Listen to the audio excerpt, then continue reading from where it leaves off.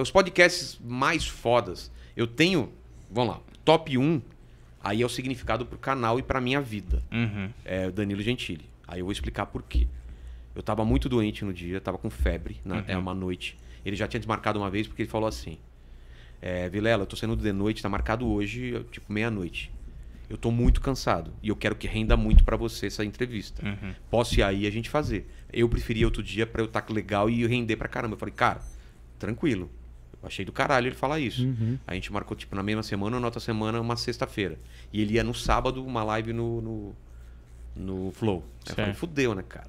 O Flow vai lançar no sábado, eu gravo na sexta. Se eu lançar logo em seguida, eu vou ser comido pelo Flow, entendeu? Então a gente segurou esse material e soltou tipo 1 mês e meio, 2 meses depois. Você não acha que foi bom pra você? Claro que foi. Porque eu acho que foi tão interessante no Flow que as pessoas falaram, mano, eu preciso ver mais. Então, mas eu não sabia disso. Quando eu gravei com ele, eu não sabia como ia ser no Flow. Eu não sabia. E foi um estouro. Acho não, é o maior número de views que tem sim, do Flow. Do seu canal. E eu sabia que lá ia ser mais zoeira. Ele me falou que ele tá pensando e tal. E o nosso foi um papo extremamente profundo, né? Profundo, intenso, e a gente mergulhou e tal. Tenso em alguns momentos e tal. Então, assim, esse foi importante porque o Danilo mudou a minha vida, assim. Tipo, eu tava muito mal. Eu não falei nada disso pra ele, para não colocar... Senão a gente coloca uma pressão no cara. Sim. Entendeu? Eu simplesmente era um canal de 10 mil inscritos, talvez. 12 mil. No máximo 15 mil eu tinha quando ele foi lá. Cara, ele não precisava ir. Se fosse outros caras aí, ele fala, não, na cabeça dele, vou esperar o canal crescer. Quando ele crescer, eu vou. Não vou agora no começo. Tem muitos assim, ele foi lá, eu sei, eu tô falando isso tá porque ligado. acontece comigo. Que não quiseram ir no começo e agora querem. Pois é. Sim. Isso é. E aí eu falei, Danilo, tá começando o canal. Ele falou, não, relaxa.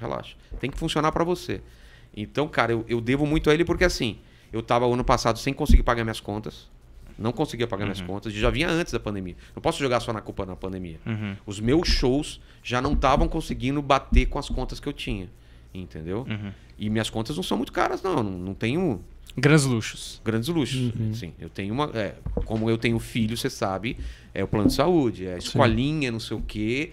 Tava assim, sempre no limite. Faltava aquele cartão que você vai pagando, não sei o quê. Eu já tava preocupado. Ia dar aula, voltar a dar aula de roteiro. Até para cobrir isso daí.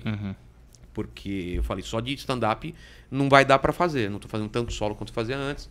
E aí veio a pandemia, aí entrei em desespero. Não sei como vocês foram, mas eu entrei em desespero mesmo. Isso aqui também é fruto do desespero. Exato. Então, aí eu falei, cara, o que eu vou fazer? Caíram, sei lá, eu tinha 20, 30, 50 shows, não sei. Caíram todos, tinha evento, caiu. E aí passou 2, 3 meses, eu não sabia o que fazer. Então, quando eu decidi fazer podcast, mais lá pra frente e tal, e ele foi lá, ele me deu a chance de eu poder viver de outra coisa. Hoje em dia o podcast paga minhas contas, entendeu?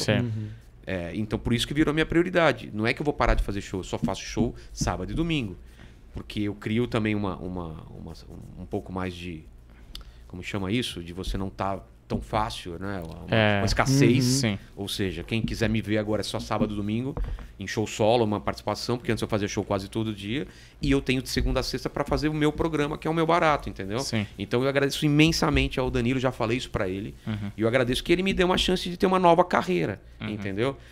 Coisa que eu já estava meio encanado. Eu falei, cara, não vou conseguir viver de comédia, viver até hoje tão bem com isso. Sempre foi tão bem, mas por que tá ruim agora? Porque né? A gente deu uma mudada no cenário. Uma crise, né? Uma crise, né? Tem menos lugares, tem mais gente fazendo. Poucas pessoas conseguem fazer solos de fazer 2, 3 sessões. E eu fazia bastante, agora tô fazendo menos. Então, foi um monte de coisas que estavam me levando meio pro desânimo. Desânimo não é assim, tipo, vou parar de fazer stand-up. Mas o que eu vou fazer além do stand-up? É dar aula. Aí eu escrevi meu livro. Eu já estava escrevendo antes da pandemia. Terminei meu livro, terminei quadrinho. Falei, cara, eu vou me mexer. Então, eu acordei pra vida e o podcast foi isso. Só que antes do Danilo, eu não tinha um canal. Eu tinha um negócio lá que tava... Promissor, mas ainda... Eu gostava, todo mundo que entrava gostava, mas eu não tinha chamado a atenção.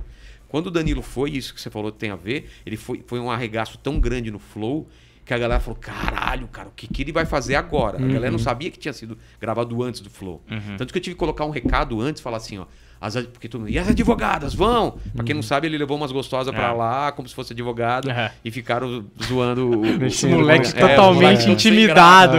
E todo mundo achando que as advogadas. Eu tive que colocar um recado no começo assim, as advogadas não vieram porque minha mulher proibiu, papapá.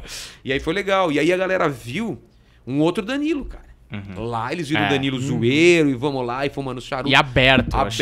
Aqui, lá no meu não, cara. A galera falou, caralho, eu não esperava. Foi uma porrada. Cara. Porque ele entrou num mergulho, teve uma hora que ele falou do pai, da irmã, uma história super pesada, assim, que a gente se emocionou. Então, assim, nesse ponto, o canal deu uma guinada. Eu entendi o que era o canal. Até então, os bate-papos que eu tava fazendo, eles ainda não eram o que eu achava que ele devia ser. Eu não tava achando o mecanismo. O Monark foi o primeiro que foi lá nesse novo cenário. Cara, deu problema na câmera. Imagina, eu tô conversando com vocês e eu tô vendo que tá dando problema na câmera e o cara vai toda hora lá e dá não sinal se imagina de que... muito também. Né? A gente já viu isso acontecer aqui algumas vezes. Sabe? Então, pô, eu ficava nervoso, porque o cara tá aqui, tem horário, e eu sei que aquela câmera não tá filmando, só tá aquela, e o cara tá tentando resolver. Aí depois eu descubro que tem problema de áudio, ele vai ter que passar um filtro. Então, assim... Com o Monark, eu até quero levar ele de novo, porque, cara, eu não rendi porque eu tava com a minha cabeça tava nele e tava em outras coisas, entendeu?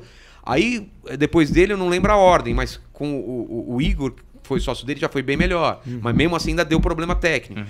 Cara, quando a gente resolveu todos os problemas técnicos, cara, foi a melhor coisa do mundo. Tipo, eu só pensar na conversa. Ficou à vontade. Aí foi do caralho. Então, Danilo. Primeiro lugar. Segundo lugar, cara, eu mudei. Foi o Eros, tava o Lucas Sério? Salles.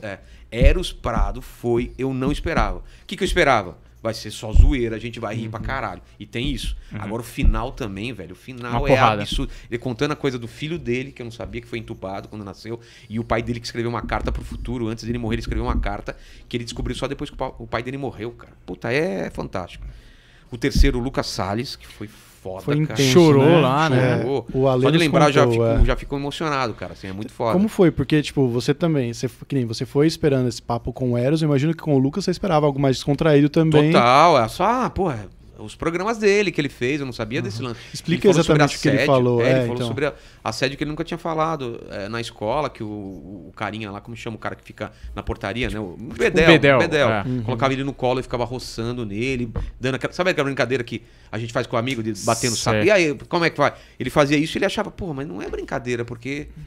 Sei lá, então ele achava um pouco mais diferente. Anos, e ele se sentiu culpado muitas vezes por não ter falado nada pra ninguém e pensando que esse cara pode e deve ter feito isso com outras crianças. Quantas crianças ele podia acessar. Eu falei, cara, você era uma criança, velho. Como você pode se culpar se você não tinha esse discernimento que você tem hoje? Então assim, tem coisas absurdas assim que acontecem. Então ele é o terceiro. O quarto aconteceu ontem, cara. Ontem foi com a Nani People. Ela terminou e falou, Vilela, o que aconteceu aqui? Não sei o quê. Ela chorou pra caralho, cara. Pra caralho, falando da morte da mãe dela, cara, que morreu nos braços dela. E o cara, eu não sabia dessa história. Eu falei, caralho, velho. Então é muito foda porque a gente não sabe a luta das pessoas, cara. A gente eu conheço você, e de repente a gente não sabe o que as pessoas vão falar na hora, cara. Você não tá preparado, entendeu? Por mais que você fala, não, a Nani deve ter uma história difícil de vida e tal. Mas você não sabe, cara, não sabe. E quando você tá aqui com o microfone, tá aqui com ela, o mundo inteiro... Ela falou, eu esqueci que eu tava sendo gravado, cara. Eu esqueci que a gente tava com 8 mil pessoas, 10 mil pessoas, sei lá quanto tava aqui assistindo a gente. Ela falou, eu esqueci. Durante, sei lá, pelo menos 2 horas aqui eu esqueci, cara. E eu tava com ela, cara, sabe, assim. Então foi muito foda ontem, cara. Você se conecta, né? O negócio é isso. A gente se cruza em camarim pra caralho. Não é a mesma coisa, cara. Mas quando você tá aqui, vira um negócio tão íntimo e pessoal, que você tá olho no olho, 1h30, sem nenhuma distração, sem celular, sem porra nenhuma. Exatamente. E você se é um tempo que eu tiro muito, da minha vida pra escutar as pessoas. Eu já fazia isso quando, não sei se a gente saiu junto pra ir pra padaria. Depois de show, ficar em padaria até 4, 5 horas da manhã. Eu sempre fiz isso, né? Teve uma época que a gente fazia direto. Eu, Banguela, o Oscar ia de vez em quando, e era isso. Ficava conversando e tal. Então... Eu tô fazendo isso gravando. E é mais intenso, porque agora é extremamente pessoal, né? Não tem um monte de gente em volta e tal. Não é a padaria que você tá comendo e tem mais gente. É eu e você, e a gente tá numa conexão de... Cara, eu tô abrindo espaço pra gente... Eu quero entender o que é sua vida, entendeu?